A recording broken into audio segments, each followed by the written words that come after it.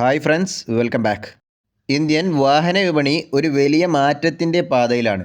വരാനിരിക്കുന്ന പ്രധാന ഇലക്ട്രിക് വാഹനങ്ങളെക്കുറിച്ചും പുതിയ സാങ്കേതിക വിദ്യകളെക്കുറിച്ചും നമുക്കൊന്ന് വിശദമായി പരിശോധിക്കാം. ഹോണ്ട ഈ ആർക്കിടെക്ചർ പ്ലാറ്റ്ഫോം അവരുടെ ഇലക്ട്രിക് വാഹനങ്ങൾക്കായി പ്രത്യേകം വികസിപ്പിച്ചെടുത്ത പ്ലാറ്റ്ഫോം. ഇലക്ട്രിക് വാഹനങ്ങളുടെ പുതിയ സീറോ സീരീസിൽ അവർ അവതരിപ്പിച്ചത് 3 വാഹനങ്ങളെയാണ്. Honda Zero Alpha, Zero Saloon, Acura RSX. ഇതിലെ സീറോ ആൽഫ നിലവിൽ ഇന്ത്യയിലെ രാജസ്ഥാനിലെ തബൂക്കര പ്ലാന്റിൽ പ്രൊഡക്ഷൻ കഴിഞ്ഞ് പാൻ ഇന്ത്യ റോഡ് ടെസ്റ്റിംഗ് ആരംഭിച്ചു കഴിഞ്ഞു. ഈ സ്ക്രീനിൽ കാണുന്നത് ഫ്യൂച്ചറിസ്റ്റിക് ആയിട്ടുള്ള ഒരു SUV ക്യാരക്ടറോട് കൂടിയിട്ടുള്ള ഹോണ്ട അൽഫയുടെ പ്രോട്ടോടൈപ്പ് വേരിയൻ്റ് ആണ്. നമുക്ക് കിട്ടിയ റിപ്പോർട്ടുകൾ പ്രകാരം ഇതിൽ ഉപയോഗിച്ചിട്ടുള്ള ബാറ്ററി ടെക്നോളജി കാറ്റ്ലിൻ്റെ ക്യുലിൻ LFP ബാറ്ററികളാണ്. ഈ ബാറ്ററി ടെക്നോളജിയെക്കുറിച്ച് മുന്നേ നമ്മളൊരു വീഡിയോ ചെയ്തിട്ടുണ്ട്. അത് കാണണമെന്നുള്ളവർ മുകളിൽ ലിങ്ക് കൊടുക്കുന്നുണ്ട്, അതിൽ ക്ലിക്ക് ചെയ്ത് കാണാവുന്നതാണ്.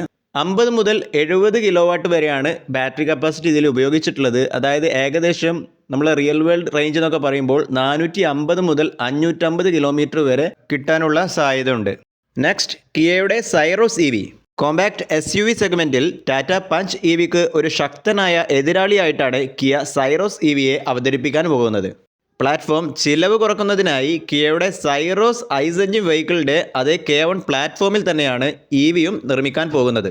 വണ്ടിയുടെ ഡിസൈനെ കുറിച്ച് പറയുമ്പോൾ കിയയുടെ ഗ്ലോബൽ പ്രീമിയം EV ആയിട്ടുള്ള EV3യോട് സാമ്യമുള്ള ഒരു ഡിസൈനിലായിരിക്കും സൈറോസ് EV വരാൻ പോകുന്നത്. ട്രിനിറ്റി ഡിസ്പ്ലേയും അത്യാധുനിക കണക്ടിവിറ്റി ഫീച്ചറുകളും ഇതിൽ പ്രതീക്ഷിക്കാം. 42 മുതൽ 49 കിലോവാട്ട് വരുന്ന NMC ബാറ്ററി ടെക്നോളജി ആയിരിക്കും. അതിൻ്റെ റിയൽ വേൾഡ് റേഞ്ച് പ്രതീക്ഷിക്കുന്നത് 350 മുതൽ 400 കിലോമീറ്റർ വരെയാണ്.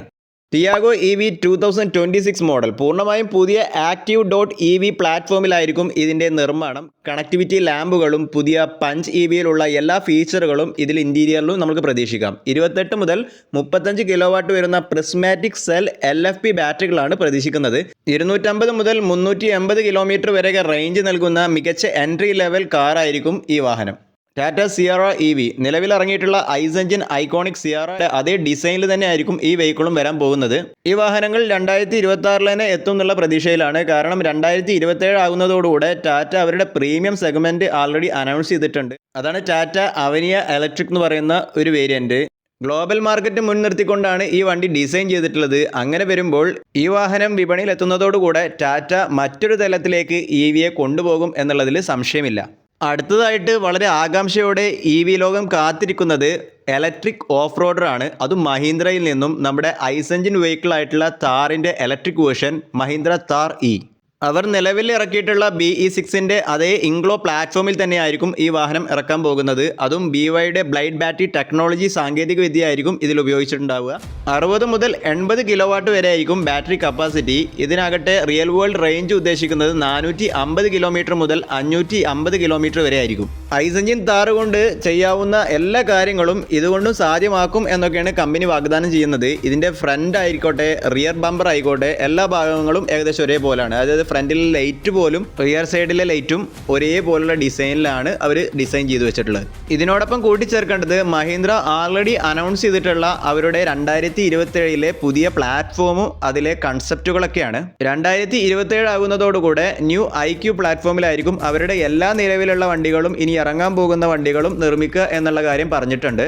അതായത് ഈ പ്ലാറ്റ്ഫോമിൻ്റെ ഒരു പ്രത്യേകത എന്താണെന്ന് വെച്ച് കഴിഞ്ഞാൽ വളരെ കോസ്റ്റ് എഫക്റ്റീവായിട്ട് മാറ്റങ്ങളൊന്നും വരുത്താതെ ഐസ് എഞ്ചിൻ, അതായത് പെട്രോൾ, ഡീസൽ, CNG ഇതിനെല്ലാം കൂടെ ഇലക്ട്രിക് വെഹിക്കിൾസും ഇതേ പ്ലാറ്റ്ഫോമിൽ നിർമ്മിക്കാൻ പറ്റുമെന്നാണ് പറയുന്നത്. സാധാരണ ഒരു ഐസ് എഞ്ചിൻ വണ്ടിയുടെ പ്ലാറ്റ്ഫോം കൊണ്ടുപോയിട്ട് ഇലക്ട്രിക് വാഹനം നിർമ്മിച്ചു കഴിഞ്ഞാൽ ഒന്നെങ്കിൽ ആ ബാറ്ററി പ്ലേസ് ചെയ്ത ഭാഗത്ത് കുറച്ച് ഉയരം കൂടുതലോ, അതല്ലെങ്കിൽ ബൂട്ട് സ്പേസിലുള്ള സ്പേസിൻ്റെ കുറവ്, ഇനി വണ്ടിയുടെ ഉള്ളിലോട്ട് കയറി കഴിഞ്ഞാൽ ആ ഇലക്ട്രിക് വയർസോ കൊണ്ടുപോകാൻ വേണ്ടിയിട്ട് പഴയ വണ്ടികളിലൊക്കെ കാണാം ഒരു ഹമ്പൊക്കെ ഉണ്ടാവും, സെൻറ്ററിൽ വന്നിട്ടുണ്ടാവും. അപ്പോൾ അങ്ങനത്തെ പ്രശ്നങ്ങളൊന്നുമില്ല. അവരുടെ ഈ ന്യൂ IQ പ്ലാറ്റ്ഫോമിൻ്റെ പ്രത്യേകത അവർ പറയുന്നത് ഒരു അപാകതയും ഇല്ലാതെ ഇലക്ട്രിക് വണ്ടികളും അതുപോലെ തന്നെ ഐസ് എഞ്ചിൻ വെഹിക്കിൾസും ഈ പ്ലാറ്റ്ഫോമിൽ വളരെ കോസ്റ്റ് എഫക്റ്റീവായിട്ട് തന്നെ നിർമ്മിക്കാൻ പറ്റും എന്നാണ് വാഗ്ദാനം ചെയ്യുന്നത്. 2027 ഇതേ പ്ലാറ്റ്ഫോമിൽ വരാൻ പോകുന്ന 4 വാഹനങ്ങളുടെ പ്രോട്ടോടൈപ്പ് അവർ വേദിയിൽ അവതരിപ്പിച്ചു കഴിഞ്ഞു. അതാണ് വിഷൻ S. സ്കോർപിയോ ഉണ്ടല്ലോ, അതിൻ്റെ DNAയിലുള്ള സബ് കോമ്പാക്ട് SUV ആണ്. ഇതിൽ EV വേർഷൻ ഉറപ്പായും ഉണ്ടാകും എന്ന് കമ്പനി പ്രത്യേകം പറയുന്നുണ്ട്. പിന്നെ കാണിച്ചിട്ടുള്ളതാണ് വിഷൻ X എന്നുള്ളത്. നമ്മുടെ XUV 3X ഉണ്ടല്ലോ, അതിൻ്റെ ഒരു ഫ്യൂച്ചറിസ്റ്റിക് ഡിസൈൻ എന്നൊക്കെ വേണമെങ്കിൽ പറയാം. അതിൻ്റെ ആ ഡിസൈൻ കണ്ടു കഴിഞ്ഞാലും നമുക്ക് മനസ്സിലാവും ഇതിൻ്റെ ഒരു ഇലക്ട്രിക് വേരിയൻറ്റ് വരാനുള്ള സാധ്യത ഉണ്ട് എന്നുള്ളത്. വിഷൻ ടിയും വിഷൻ SX-യും വളരെ റഫ് ആൻഡ് ടഫ് ആയിട്ടുള്ള നമ്മളെ താറിൻ്റെ ഒക്കെ ഓഫ് റോഡ് ഡിസൈൻ ഉണ്ടല്ലോ, അതിനെ പിന്തുടരുന്ന ഒരു SUV മോഡലും അതിൻ്റെ ഒരു ലൈഫ് സ്റ്റൈൽ പിക്കപ്പ് വേർഷനുമാണ് ഇവർ അവതരിപ്പിച്ചത്. അടുത്തതായിട്ട് വരാനിരിക്കുന്നത് നമ്മുടെ റെനോൾട്ടിൻ്റെ പുതിയ ഡസ്റ്റർ ഇപ്പോൾ വന്നിട്ടുണ്ടല്ലോ. അതിനെക്കുറിച്ചുള്ളൊരു വീഡിയോ നമ്മൾ യൂട്യൂബിൽ ചെയ്തിട്ടുണ്ട്. അത് കാണണമെന്നുള്ളവർക്ക് ഞാൻ മുകളിൽ ലിങ്ക് കൊടുക്കാം, ജസ്റ്റ് അതിൽ പോയിട്ട് ക്ലിക്ക് ചെയ്തിട്ട് കണ്ടോളൂ. റിനോൾട്ട് ഡസ്റ്ററിൻ്റെ ആ ഒരു പ്ലാറ്റ്ഫോം RGMP പ്ലാറ്റ്ഫോം എന്ന് പറയും, അതേ പ്ലാറ്റ്ഫോമിൽ നിർമ്മിച്ചു വരുന്ന ഒരു പുതിയ വാഹനം, അതാണ് റിനോൾട്ട് ബ്രിഡ്ജർ. റിനോൾട്ട് ഡസ്റ്ററിനെ പോലെ തന്നെ ഒരു പക്ക ക്യൂട്ട് SUV ക്യാരക്ടറോട് കൂടി വരുന്ന വാഹനമാണിത്. ഡസ്റ്റർ അവർ മാർക്കറ്റിൽ അവതരിപ്പിച്ച പോലെ തന്നെയാണ് ഈ വാഹനത്തിൻ്റെ കാര്യവും വരാൻ പോകുന്നത്. ആദ്യം ഒരു 1.2 ലിറ്റർ ടർബോ പെട്രോൾ എഞ്ചിനിലാണ് ഈ വാഹനം അവതരിപ്പിക്കാൻ ഉദ്ദേശിക്കുന്നത്. പിന്നീടായിരിക്കും 35 കിലോവാട്ട് മുതൽ 55 കിലോവാട്ട് വരെ ബാറ്ററി വരുന്ന ഒരു ഇലക്ട്രിക് വേരിയൻറ്റ് ഇതിൻ്റെ അവതരിപ്പിക്കുന്നത്. അതിൻ്റെ കൂടെ തന്നെ നമുക്ക് പ്രതീക്ഷിക്കേണ്ടത് റെനോൾട്ട് ഡസ്റ്ററിൻ്റെ സ്ട്രോങ് ഹൈബ്രിഡ് വരും എന്ന് പറയുന്നുണ്ട്. മിക്കവാറും ഈ രണ്ട് വണ്ടികളും ഒരുമിച്ചായിരിക്കും ഇനി വരാൻ പോകുന്നത്. ഇന്ത്യയിലെ ഏറ്റവും കൂടുതൽ ഫാൻ ബേസ് ഉള്ള ഫോൾക്സ്വാഗൻ വെഹിക്കിൾ ഏതെന്ന് ചോദിച്ചു കഴിഞ്ഞാൽ അത് പോളോ തന്നെ ആയിരിക്കും. ഈ പോളോൻ്റെ ഒരു ഇലക്ട്രിക് വേർഷൻ പോളോ ID നിലവിൽ ഗ്ലോബൽ മാർക്കറ്റിൽ അവർ അവതരിപ്പിച്ചിട്ടുണ്ട്. ഫോൾക്സ്വാഗൻ ഗ്രൂപ്പിൻ്റെ MEB+ എന്ന ഇലക്ട്രിക് പ്ലാറ്റ്ഫോമിലാണ് ഈ വാഹനം നിർമ്മിച്ചിരിക്കുന്നത്. യൂറോപ്പിൽ ഇതിനോടകം ലോഞ്ച് ചെയ്ത ഈ വാഹനത്തിന് ഏകദേശം 25,000 യൂറോ ആണ് വില. 37 കിലോവാട്ടിൻ്റെയും 52 കിലോവാട്ട് എന്നിങ്ങനെയുള്ള രണ്ട് ബാറ്ററി ഓപ്ഷനുകളിലാണ് ഈ വാഹനം വന്നിട്ടുള്ളത്. 52 കിലോവാട്ട് വരുന്ന ഈ വണ്ടിയുടെ ഏകദേശം റേഞ്ച് പറയുന്നത് 454 കിലോമീറ്റർ ആണ്. 13.3 ഇഞ്ച് വരുന്ന വലിയ ഇൻഫോർടൈൻമെൻറ്റ് സ്ക്രീൻ, 10 ഇഞ്ച് മീറ്റർ നീളമുള്ള meter console, Harman Kardon music system, panoramic sunroof എന്നിവയാണ് ഇതിൻ്റെ പ്രത്യേകതകൾ. ഇന്ത്യയിൽ ഫോൾക്സ്വാഗൻ ഗ്രൂപ്പിൻ്റെ ആദ്യ ഇലക്ട്രിക് വണ്ടി ID.4 ആയിരിക്കും. അതിനുശേഷം ID പോളോ കൂടി എത്തുന്നതോടുകൂടെ പ്രീമിയം ഹാച്ച്ബാക്ക് സെഗ്മെൻറ്റ് ഉഷാറാകും. അടുത്തതായിട്ട് കൺഫേം ആയിട്ടും വരുന്ന ഈ വർഷത്തെ അപ്ഡേറ്റഡ് ആയിട്ടുള്ള വണ്ടി ഹുണ്ടായ് ഐക്കോണിക് 5 ആണ്. NMC ടെക്നോളജിയിൽ വരുന്ന 72.6 കിലോവാട്ട് വരുന്ന പഴയ ബാറ്ററിക്ക് പകരം അതേ NMC ടെക്നോളജിയിൽ കുറച്ചുകൂടി മാറ്റങ്ങളൊക്കെ വരുത്തിയിട്ട് ഒരു അപ്ഗ്രേഡഡ് 84 കിലോവാട്ടിൻ്റെ ബാറ്ററി പാക്കാണ് ഉപയോഗിച്ചിട്ടുള്ളത്. ഇതോടെ ARI സർട്ടിഫൈഡ് റേഞ്ച് ആയിട്ടുള്ള 631 കിലോമീറ്ററിൽ നിന്നും 690 കിലോമീറ്ററായി വർദ്ധിച്ചു. നിലവിൽ EVകളിൽ ഏറ്റവും കൂടുതൽ റേഞ്ച് കിട്ടുന്ന വാഹനങ്ങളിൽ ഒന്നാണ് ഈ കാർ.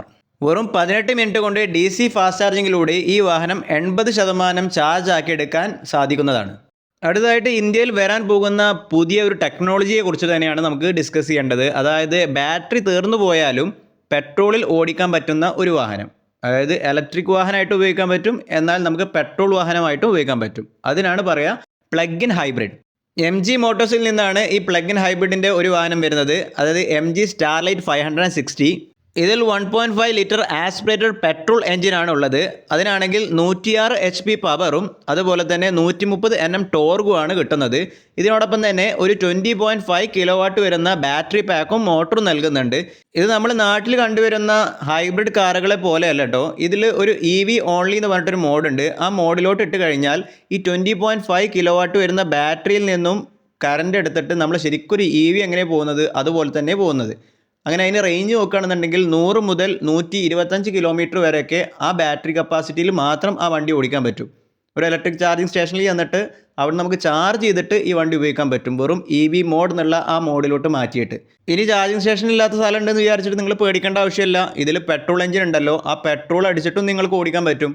അങ്ങനെ രണ്ടും സ്വിച്ച് ചെയ്തിട്ട് ഓടിക്കാൻ പറ്റുന്ന ഒരു സിസ്റ്റമാണ് ഈ പ്ലഗ് ഇൻ ഹൈബ്രിഡ് എന്ന് പറയുന്ന ഈ പുതിയ സെഗ്മെൻറ്റ്. ഇതേ സെഗ്മെൻറ്റിൽ അടുത്ത വാഹനം വരുന്നത് ജെറ്റോർ T2 എന്ന് പറഞ്ഞിട്ടുള്ള മോഡലാണ്. ഇതൊരു പക്ക ഓഫ് റോഡ് ലുക്കിലാണ് ഈ വാഹനം വരുന്നത്. ഈ വാഹനത്തിൽ 1.5 ലിറ്റർ ടർബോ പെട്രോൾ എഞ്ചിൻ ഉണ്ട്. അതിൻ്റെ കൂടെ തന്നെ ഒരു 26.7 കിലോവാട്ട് വരുന്ന ഒരു ബാറ്ററിയും അതിൻ്റെ മോട്ടറും ഘടിപ്പിച്ചിട്ടുണ്ട്. വണ്ടിയുടെ പവർ വരുന്നത് 381 HP ആണെങ്കിൽ ഇതിൻ്റെ ടോർഗ് പറയുന്നത് 610 Nm ആണ്. ഈ വാഹനം ഇതിൻ്റെ EV മോഡിലോട്ട് മാറ്റി ഓട്ടുകയാണെന്നുണ്ടെങ്കിൽ ആ 26.7 കിലോവാട്ട് വരുന്ന ബാറ്ററി പാക്കിന് കൊടുക്കാൻ പറ്റുന്ന റേഞ്ച് 139 കിലോമീറ്റർ ആണ്. ഇതിനോടൊപ്പം കോമ്പീറ്റ് ചെയ്യാൻ വരുന്നത് നമ്മുടെ BYDയിൽ നിന്നാണ്. BYD ലെപ്പാർഡ് 8 എന്ന് പറയുന്ന മറ്റൊരു പ്ലഗ് ഇൻ ഹൈബ്രിഡ്.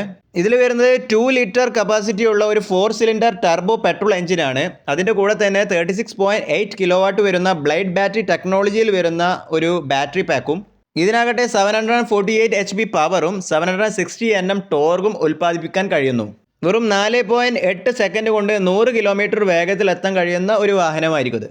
ഇന്ധന ഇറക്കുമതി കുറക്കാനും പരിസ്ഥിതി മലിനീകരണം കുറക്കാനും വേണ്ടി കേന്ദ്ര ഗവൺമെൻറ് എത്തനോൾ അളവ് പെട്രോളിൽ വർദ്ധിപ്പിക്കാൻ ഒരുങ്ങുകയാണ്.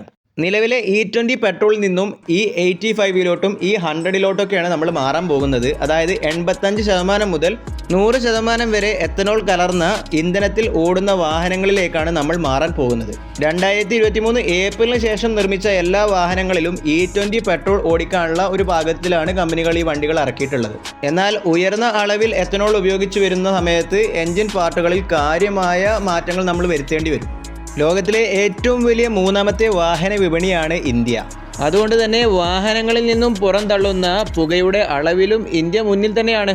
അതായത് ആഗോളതലത്തിൽ മലിനീകരണത്തിൻ്റെ ഒരു പട്ടിക നമ്മൾ തയ്യാറാക്കുകയാണെന്നുണ്ടെങ്കിൽ അതിൽ 3-ാം സ്ഥാനത്ത് നിൽക്കുന്നത് ഇന്ത്യയാണ്. അതുകൊണ്ട് തന്നെ നമ്മുടെ പഴയ വാഹനങ്ങൾ അപ്ഡേറ്റ് ചെയ്യേണ്ടതോ അല്ലെങ്കിൽ പുതിയ EV സാങ്കേതിക വിദ്യകളിലേക്കും ഹൈബ്രിഡ് മോഡലുകളിലേക്കും മാറേണ്ടതായ ആ സമയം അതിക്രമിച്ചിരിക്കുകയാണ്. എന്തായാലും ഇനിയും ധാരാളം ഇലക്ട്രിക്കും ഹൈബ്രിഡ് വാഹനങ്ങളും വിപണിയിലേക്ക് വരാനിരിക്കുന്നുണ്ട്. നമ്മുടെ അറിവിൽപ്പെടാത്തതോ അതോ ഞാൻ വിട്ടുപോയിട്ടുള്ള പ്രധാനപ്പെട്ടിട്ടുള്ള വരാനിരിക്കുന്ന വല്ല ഇലക്ട്രിക് വാഹനങ്ങളോ അല്ലെങ്കിൽ ഹൈബ്രിഡ് വെഹിക്കിൾസോ ഉണ്ടെങ്കിൽ അത് നിങ്ങളുടെ അറിവിലുണ്ടെങ്കിൽ എന്തായാലും തീർച്ചയായിട്ടും നിങ്ങൾ കമൻറ്റ് രൂപത്തിൽ വന്ന് താഴെ അറിയിക്കുക. ആ കമൻറ്റിലൂടെ ആയിരിക്കാം ഒരുപാട് പേർക്ക് ഇതിനെക്കുറിച്ച് അറിവ് കിട്ടുന്നത്. അതുപോലെ നമ്മുടെ വീഡിയോ നിങ്ങൾക്ക് എല്ലാവർക്കും ഇഷ്ടപ്പെട്ടിട്ടുണ്ടെങ്കിൽ ലൈക്ക് അടിക്കുക, സബ്സ്ക്രൈബ് ചെയ്യുക, സപ്പോർട്ട് ചെയ്യുക. അടുത്ത വീഡിയോയുമായി നമ്മൾ തമ്മിൽ കണ്ടുമുട്ടുന്നതുവരെ I am going to signing off. This is your friend Fasi Muhammad.